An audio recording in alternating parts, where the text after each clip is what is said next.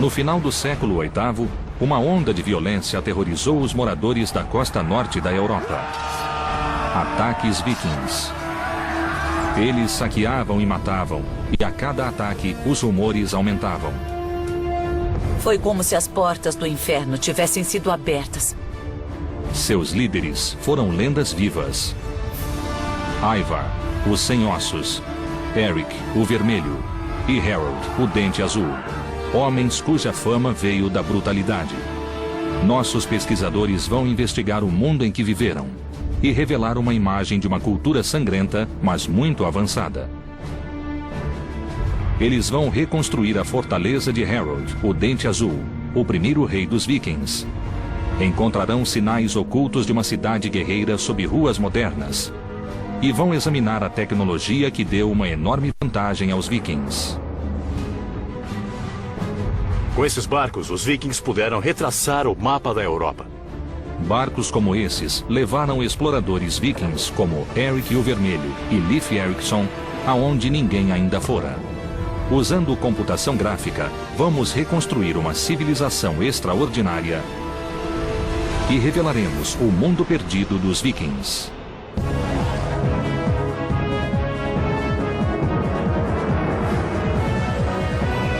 Mundos Perdidos, os Vikings. Assassinos, bandidos, bárbaros, pagãos. Embora a cultura viking tenha morrido há mais de 1000 anos, sua reputação permanece. Os pesquisadores Jonathan Foyle e Helena Hemmerle querem descobrir a verdade sobre esses guerreiros e seu mundo. Helena Hemmerle é uma arqueóloga de Oxford e estuda culturas europeias antigas. Um dos mistérios genuínos sobre esse período é o motivo de os vikings surgirem. O que os levou a atacar e também a colonizar da forma que fizeram. Jonathan Foyle é um historiador de arquitetura que estuda construções para entender as culturas que as erigiram. Parte da experiência viking é viver com materiais brutos. A terra e o fogo, o vento e a água, eles viviam em integração com os elementos. Os historiadores sabem a data de início da campanha viking de terror, 793 d.C.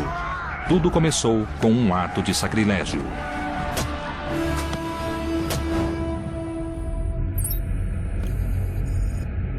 Jonathan viajou para Lindisfarne, na costa nordeste da Inglaterra. Havia um monastério aqui. Na época, era um dos santuários mais sagrados da cristandade. Nós herdamos uma imagem dos vikings como sendo piratas sedentos de sangue, e essa reputação surgiu aqui, em Lindisfarne. As notícias do ataque viking espalharam-se depressa pela Europa. Richard Oran explica. Este foi o primeiro ataque a um centro muito importante. Este foi o lugar em que um ataque aconteceu pela primeira vez. E psicologicamente foi o ataque que levou as pessoas a acreditarem que o apocalipse chegara. O ataque foi uma surpresa. Ninguém sabia dos vikings até os barcos surgirem no horizonte. Os monges do monastério não podiam acreditar que alguém pensaria em atacar seu santuário.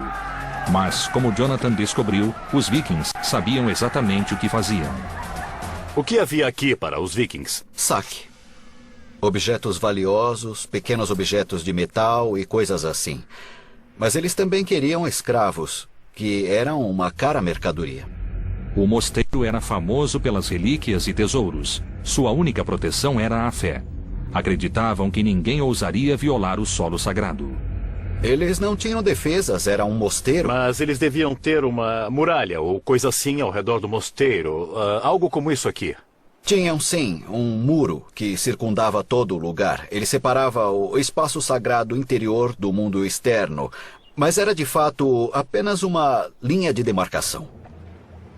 Subindo até o ponto mais alto da ilha, Jonathan e Richard criaram uma imagem da comunidade que os vikings destruíram.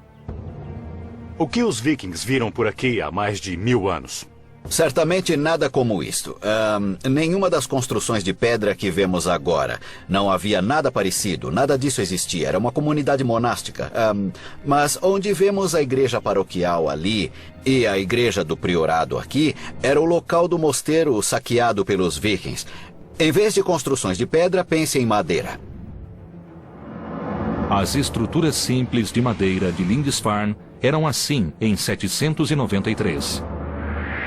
Essas construções modestas continham, no entanto, um tesouro de riquezas e eram um alvo perfeito para os vikings pagãos. Este lugar era muito mal defendido, feito de material inflamável, e não seria difícil para os vikings chegarem em alguns barcos e destruírem todo o mosteiro. De modo algum. Não havia nada aqui que resistisse a eles, e se quisessem destruir, podiam apagar esse lugar da face da terra. Os ataques vikings eram rápidos. Eles chegavam de surpresa, atacavam, matavam, saqueavam e queimavam. Lindisfarne ficou em chamas, criando um padrão para os ataques vikings. O monge Alcuin, que estava na corte do imperador na Europa, escreveu cartas de condolência. Ele soubera das coisas terríveis que aconteceram aqui e, basicamente, elas foram colocadas por escrito e isso as marcou para sempre como um grande evento. E o que eles pensaram sobre esses estranhos cabeludos que provocaram tantos danos? Devem ter ficado atônitos.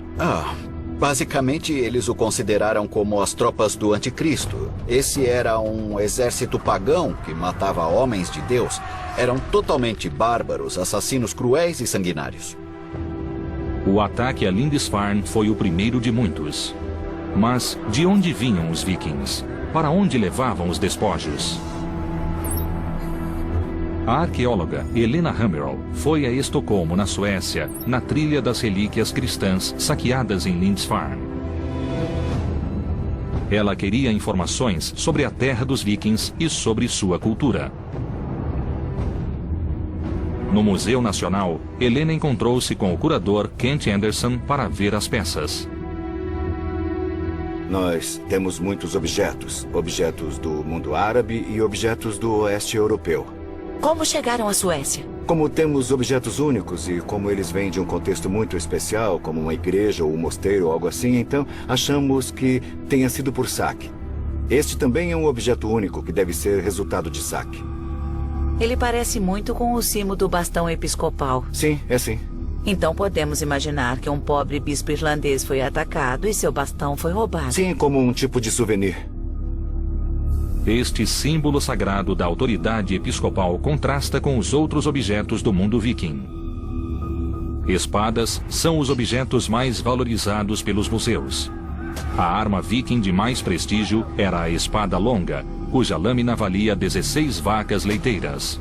O guerreiro que a possuía tinha status elevado. No museu, Kent mostrou a Helena achados arqueológicos desconcertantes que indicam sacrifícios animais e humanos.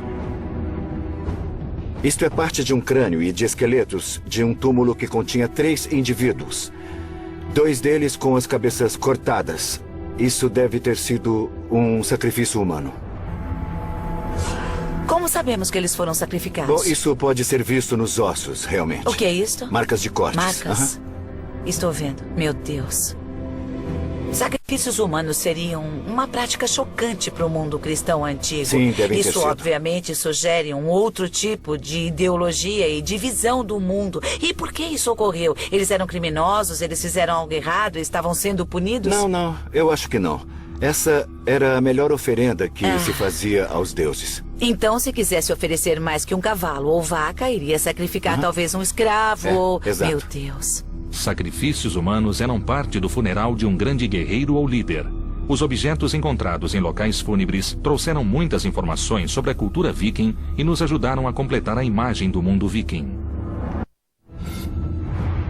Nossos pesquisadores estiveram em Lindisfarne, onde surgiu a fama dos vikings como assassinos sanguinários. Viram objetos saqueados dos santuários cristãos europeus. Jonathan Foyle foi ao extremo norte da Dinamarca para revelar os segredos de um cemitério viking. Ele foi ao sítio de Lindon Oe. No final do século XIX, arqueólogos cavaram 4 metros de areia e acharam túmulos muito bem preservados. O especialista local, Lars Christian Norba, foi o guia. Lars, este é um sítio impressionante, não é? Fica no alto de uma colina, e então é o lugar perfeito para ser enterrado. As pessoas aqui eram de uma aldeia comum. O local foi preservado pelas dunas de areia, que chegavam a 4 metros de altura aqui. Então, o dobro da minha altura. De areia. Cobrindo tudo. O mais intrigante neste sítio é o estranho padrão em que as pedras foram colocadas. Círculos, triângulos e formato de navios. Essas pedras parecem um amontoado à primeira vista. É como se fosse Stonehenge. Mas elas têm uma ordem, não tem?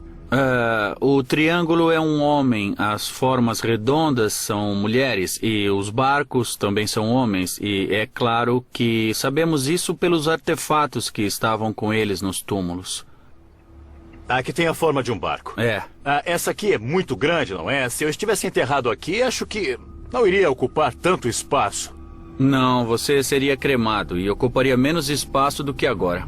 A pira funeral viking era uma plataforma de madeira sobre 4 postes com o cadáver no alto. Embaixo dela eram colocados galhos sobre suportes de madeira. A estrutura queimava com um calor intenso. Depois da cremação, os restos calcinados e as oferendas aos deuses eram enterrados e circundados com pedras. Em Estocolmo, Helena examinou algumas oferendas achadas em túmulos vikings. Uma delas é inesperada.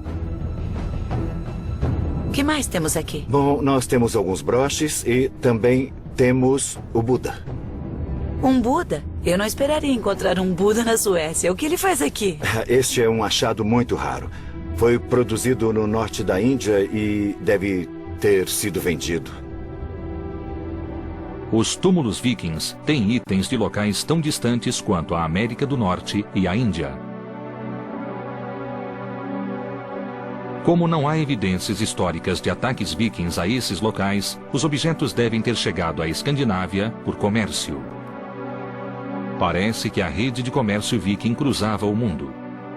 E isso sugere que eram mais sofisticados do que se supõe. Para saber mais, Helena Hemmerl foi até a ilha de Björkö, onde existiu Birka, uma cidade viking. 1200 anos atrás, ela era um importante porto na costa do Báltico. Helena encontrou Björn Ambrosiani, diretor do projeto Birka e um dos maiores estudiosos dos vikings. Esta área tem clima úmido e as estruturas de madeira da cidade apodreceram há tempos, mas cobriam uma área equivalente a 30 campos de futebol. Usando as evidências arqueológicas, Björn reconstruiu uma delas. Então, esta é a área de armazenagem, ou área de trabalho, e aqui dentro temos o espaço de moradia com uma fornalha no chão e depois os bancos em que as pessoas dormiam, trabalhavam e viviam por meses a cada ano durante o inverno. E quantas pessoas viviam aqui? De 6 a 8 indivíduos.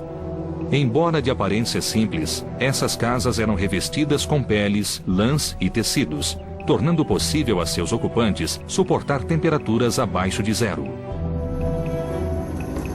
Os artefatos encontrados em Birka mostram um lado oculto dos vikings, sua habilidade como artesãos. Que tipo de evidências vocês têm do trabalho com bronze? Que tipo de materiais acharam? Temos cerca de 25 mil peças como esta. Certo, temos uma peça de cerâmica queimada com alguns desenhos. Isso parece ter sido usado para fazer um belo broche de bronze ou um par de broches que uma mulher usaria em suas roupas do dia a dia. O número de moldes e de objetos de bronze encontrados em Birka sugere que as joias não eram feitas só para uso local, mas também para comércio. As rotas comerciais de Birka chegavam à Rússia e a toda a Europa. Alcançavam o Oriente Médio, Índia e China. Birka era um centro internacional. O sucesso de Birka trouxe problemas, e é claro que eles precisavam de defesas. Estes são grandes montes de terra com um espaço no meio. O que é isso que vemos? São os muros da cidade, e este é um dos portões. E em cima disto havia uma paliçada de madeira e existem traços dela. E isso fazia parte das defesas da cidade. As defesas circundavam uma área de mais de 445 mil metros quadrados e indicam um equívoco atual sobre a cultura viking, pois os muros de Birka foram construídos para bloquear os homens que os moradores chamavam de vikings. Birka era muito bem defendida. Era assim. Mas por que os vikings precisavam se defender de outros vikings? Esta não era uma cidade viking, era uma cidade da época dos vikings. Os vikings eram piratas do mar que saqueavam outros vikings. O nome viking foi atribuído a uma civilização, mas originalmente se referia às ações de poucos. Agir como viking significava atacar. Então não devíamos nos referir aos moradores de Birka como vikings, e sim como comerciantes bastante pacíficos. Realmente parece que os vikings eram apenas essa elite militar que se parece um pouco com a máfia. Isso mesmo. Como o maior e mais rico centro comercial da Escandinávia, Birka era bem defendida e permaneceu próspera por 200 anos. A cidade repelia um ataque após o outro. Seu declínio foi lento. O nível do mar baixou e o porto deixou de ser navegável. Os navios essenciais para o comércio não podiam mais alcançá-la e Birka foi abandonada. Nossos pesquisadores estão na Escandinávia em busca do mundo perdido dos vikings. Visitaram a cidade comercial de Birka e descobriram que os vikings eram gangues de saqueadores que constituíam apenas uma pequena parcela da população escandinava. Os atos de alguns definiram a história de toda a população. Os pesquisadores investigaram a tecnologia que tornou possível a era viking, o barco viking. Esses barcos revolucionários levaram os vikings mais longe para o oeste do que qualquer outro europeu antes deles. Perto da Escandinávia, os barcos eram uma arma que provocava morte e destruição.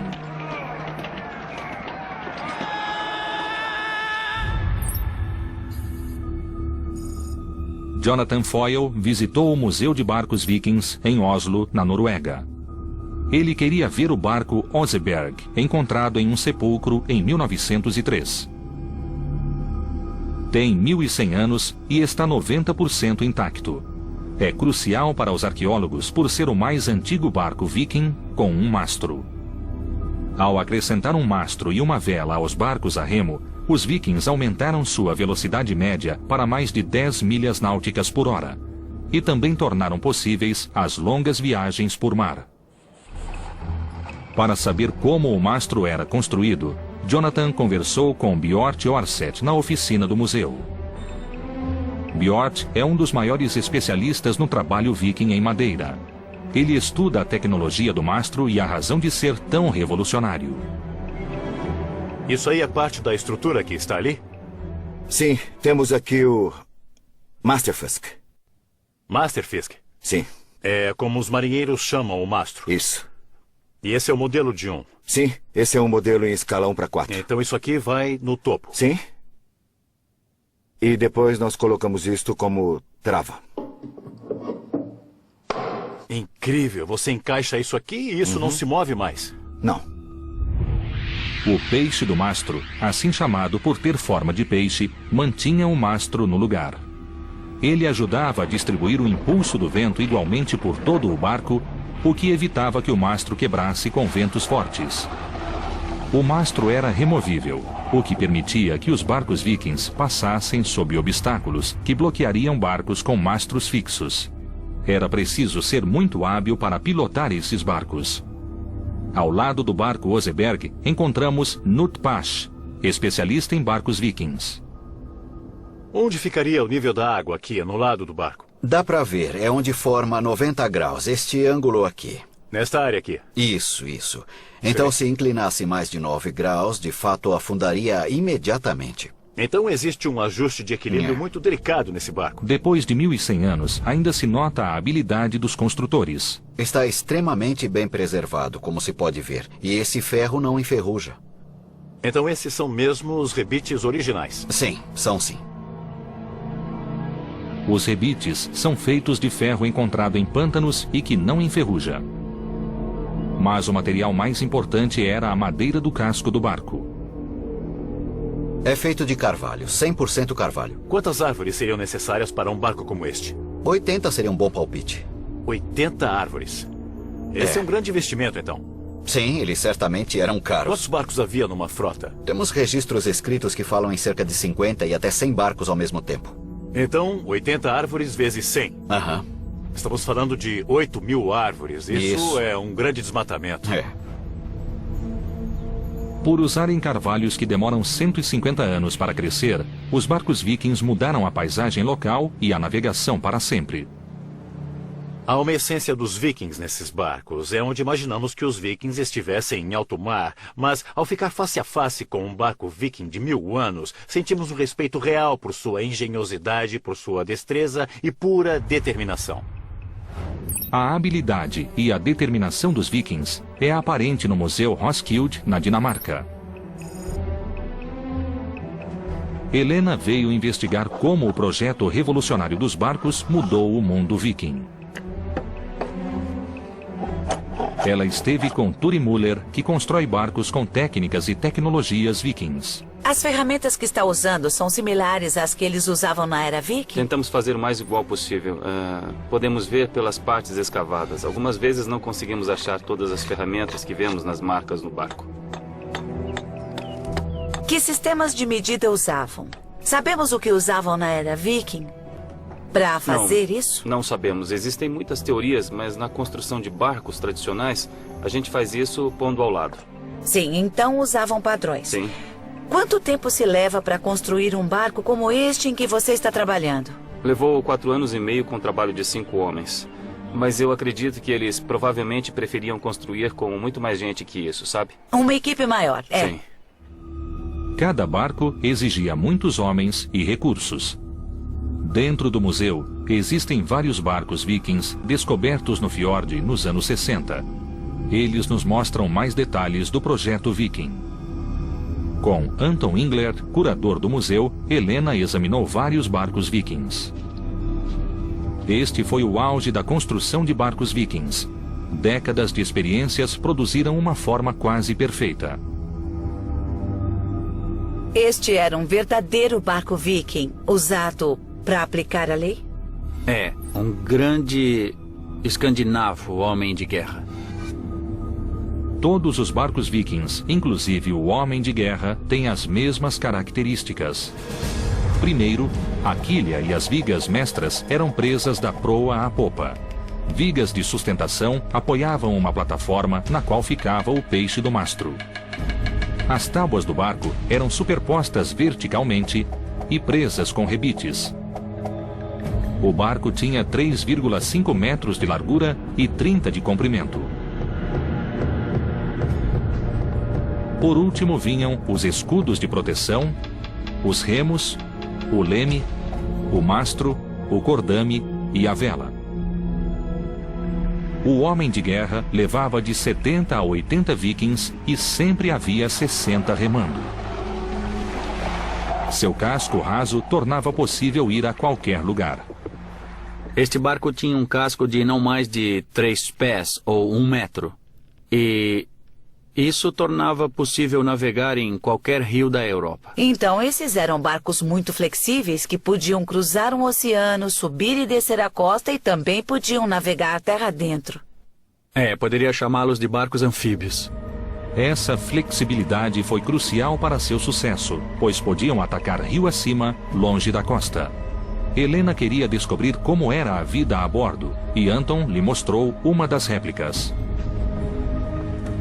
Percebi que não foi construído pensando em conforto. Existe muito pouco espaço e nenhuma privacidade aqui para os 60, 70 ou 80 homens que poderiam estar a bordo. E os alimentos e bebidas, as provisões, onde a comida era guardada? Como pode ver, há um espaço pequeno no barco, quase todo cheio de lastro, e como queriam carregar bastante armas, só podiam carregar muito pouca comida e água. Em 2 semanas ficariam sem nada. Então, a cada 2 semanas, precisavam ter certeza de poder ir à terra para obter suprimentos. Isso. Apesar da falta de espaço, os barcos eram ideais para a exploração. E líderes vikings como Eric o Vermelho e Leif Erikson conseguiram percorrer enormes distâncias. O alcance, a velocidade e a facilidade de manobra dos barcos vikings eram uma clara vantagem. No século IX, os vikings pararam de saquear e passaram a invadir. Em 866, Ivar, o Sem Ossos, levou seus homens à Inglaterra, onde sua crueldade tornou-se lendária. Nossos pesquisadores visitaram a cidade viking de Birka, importante porto comercial do Báltico, e viram como o projeto único dos barcos vikings os ajudou a saquear a Europa. Jonathan Foyle foi até as Ilhas Britânicas, onde os saqueadores transformaram-se em colonos. Essa mudança influenciou os vikings em toda a Europa.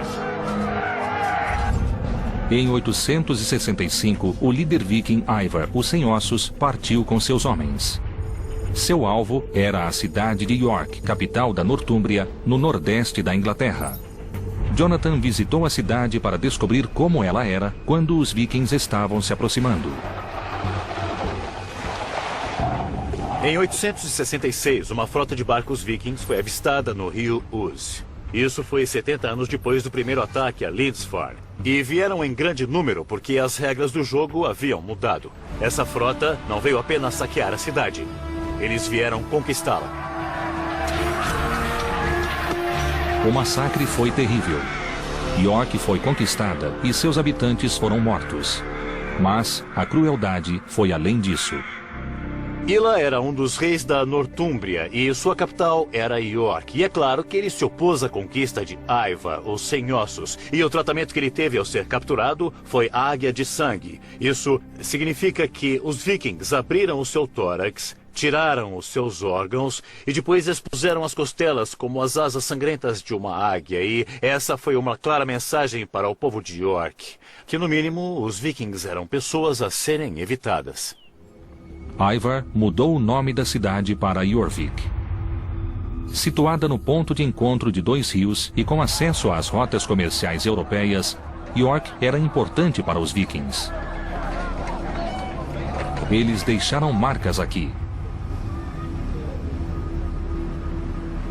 Jonathan explorou a herança viking que ainda existe na cidade moderna.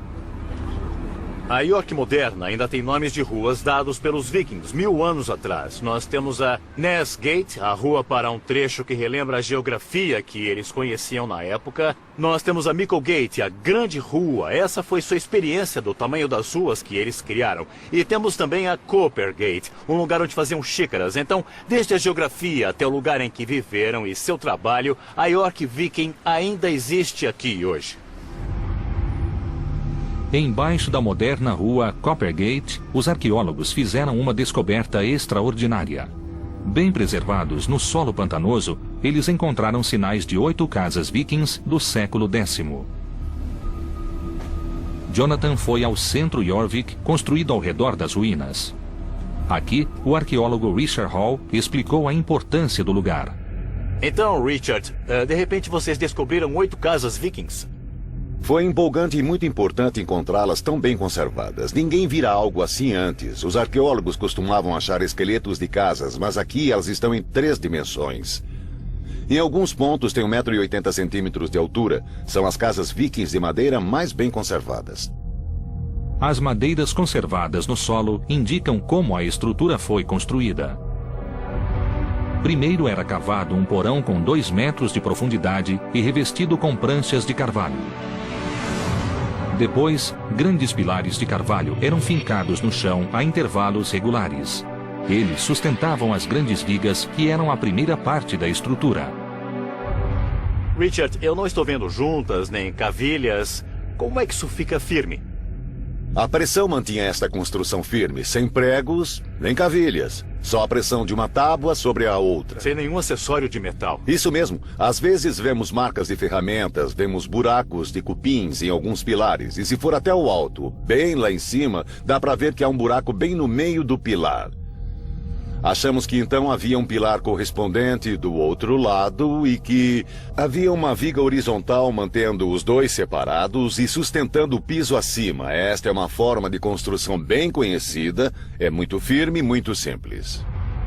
Este nível subterrâneo era engenhoso. Usava poucos materiais de construção e fortalecia a estrutura. Acima do solo, pilares de madeira eram encaixados nas vigas e, por fim, vinha o telhado de palha e as paredes feitas com pranchas. A partir das ruínas das casas, podemos revelar como era Coppergate durante o período viking. As casas eram bem alinhadas na rua e nos porões havia oficinas que produziam mercadorias para esse próspero centro comercial. O solo pantanoso incomum de Coppergate também revelou milhares de objetos que proporcionam um vislumbre do mundo viking. Richard, quais são os itens principais? Bem, estes são representativos de algumas das coisas mais completas que nós encontramos. Isto, por exemplo, é um sapato da época viking. É muito bem feito. E pode-se ver aqui, bom, eu estou olhando para o desgaste ou as marcas feitas pelos dedos de alguém, não é? Pode ver que calos ele tinha e com quais Joanete sofria. E isto parece ser o cabo de uma bengala. Bem, quando você come, isto é o que sai pelo outro lado. Os arqueólogos guardam coisas estranhas. Mas isto tem muita informação, diz o que eles comiam e aprendemos sobre a dieta viking. Achamos tigelas de madeira como esta e Coppergate era a rua dos fabricantes. Era aqui que colocavam a comida. Eles gostavam de escolher a melhor madeira para essa finalidade. Eles eram mestres com a madeira, não eram? Isso é chifre de veado, o plástico da era viking. Eles não desperdiçavam nada. Não, eles se asseguravam de usar as matérias-primas do melhor modo possível e extrair o máximo do que tinham. Jonathan esteve na Escandinávia para entender o mundo perdido dos vikings. Mas aqui em York, ele encontrou um de seus habitantes. Richard, eu estou finalmente face a face com um viking. Face a face com um habitante de Jorvik 1000 anos atrás. Alguém que teve um triste fim. Se olhar cuidadosamente para o esqueleto, verá que tem diversas marcas causadas por ferimentos de lâminas.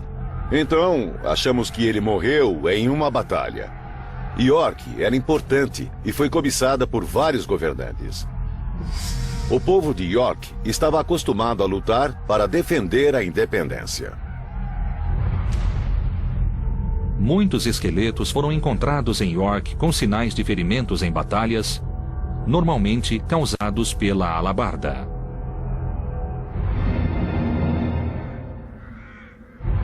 Sob o governo viking, Jorvik tornou-se um próspero porto, um importante centro de comércio internacional e uma base para novas conquistas.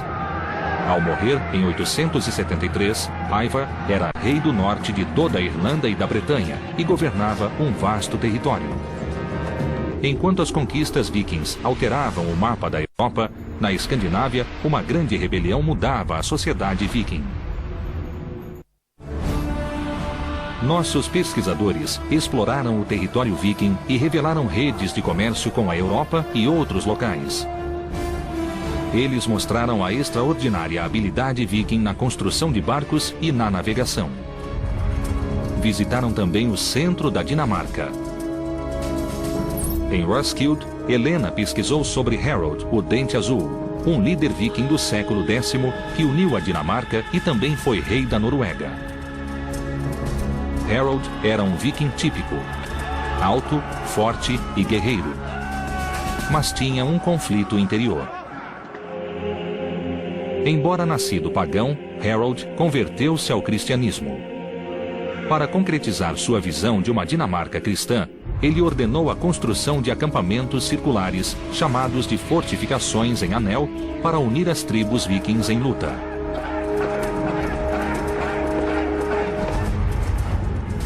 4 desses sítios, construídos com precisão geométrica, foram identificados pelos arqueólogos. Helena foi a Trelleborg para investigar como eram construídos.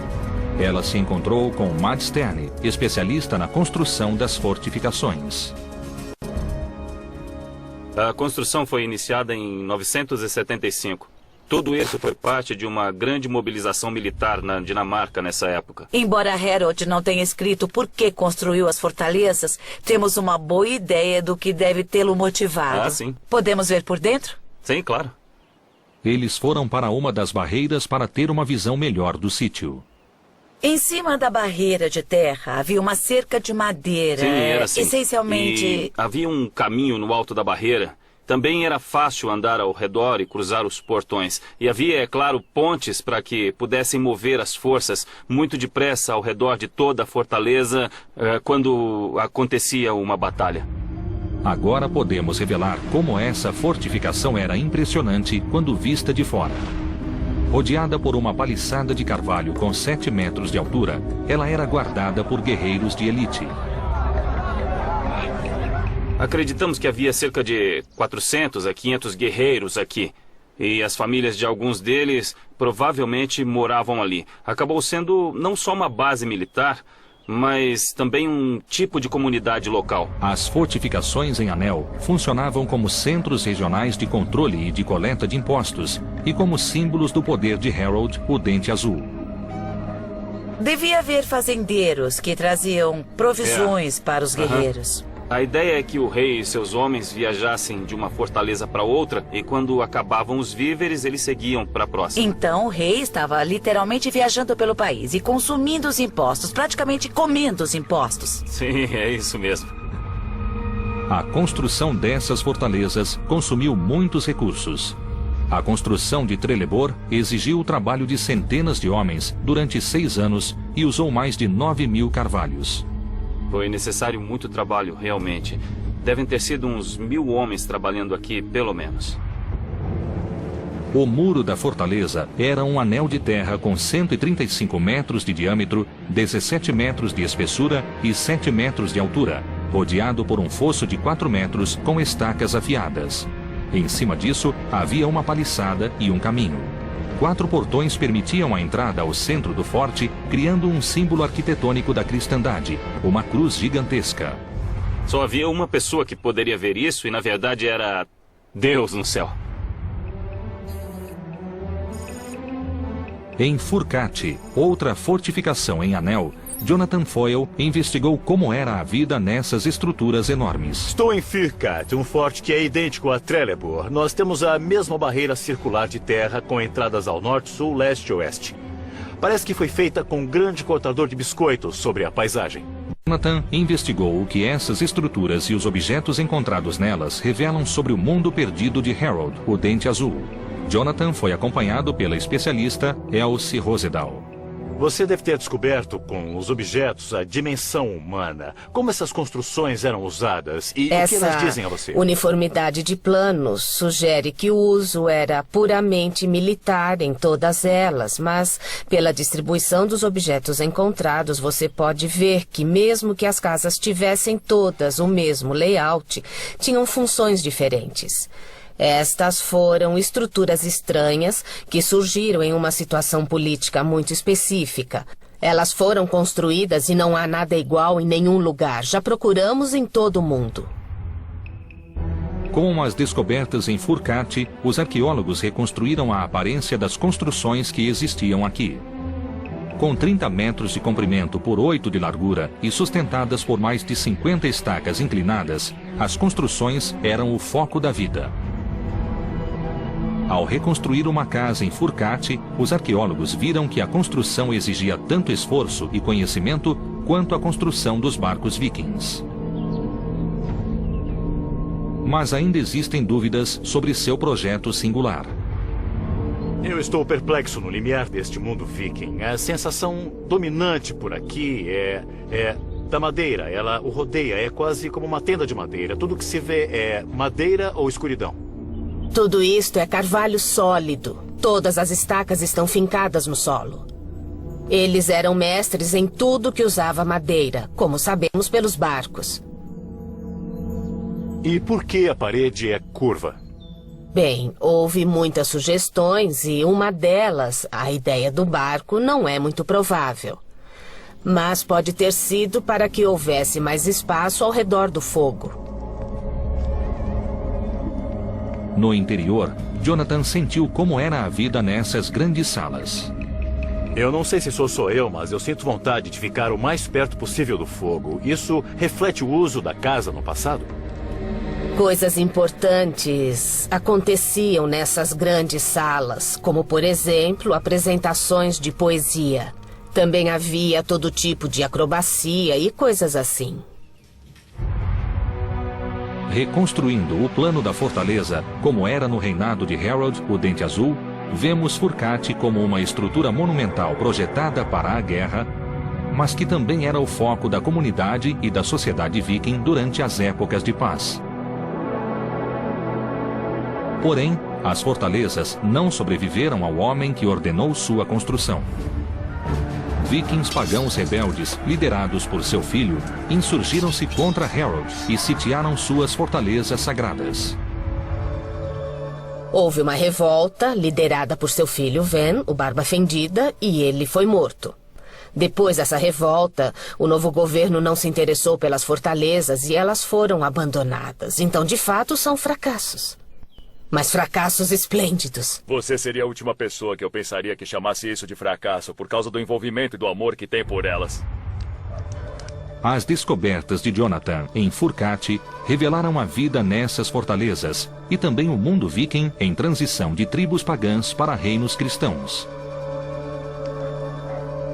A civilização viking progrediu muito em 250 anos.